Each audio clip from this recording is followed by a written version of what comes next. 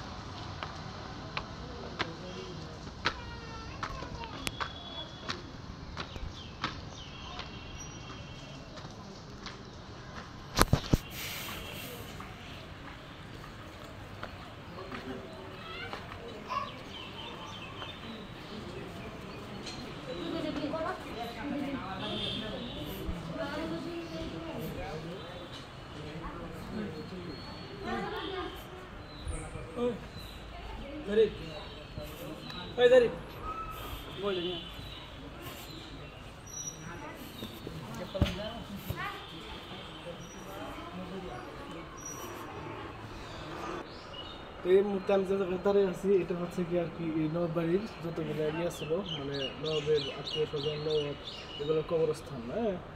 মানে সেখানে যে জায়গায় গেছি, নবাব আলী, তারপরে হাসিয়া আজান আলী, মানে যতগুলো আছে নবাব, তো আপনি চিনি না আর কি, সবার কবর এই জায়গায়। তো চলুন এগুলো দেখি, কবরগুলো দেখতে থাকেন। হ্যাঁ, কবর মেরে দেখি।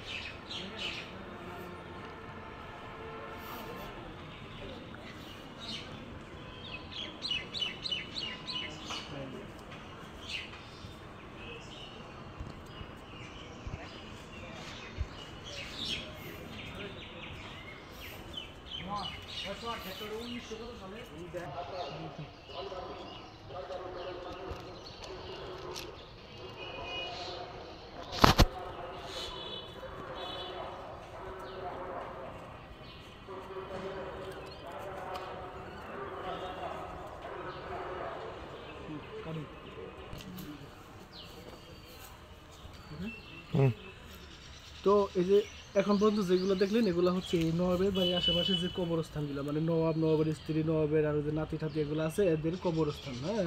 এই যে এখানে দেখতে পাচ্ছেন যে এগুলো হচ্ছে কবরস্থানের বাউন্ডারি, মানে এটা হচ্ছে গোরস্থান আর কি। যতগুলো লোক আছে সবগুলো এখানে মাটি দেওয়া হয়েছে আর কি।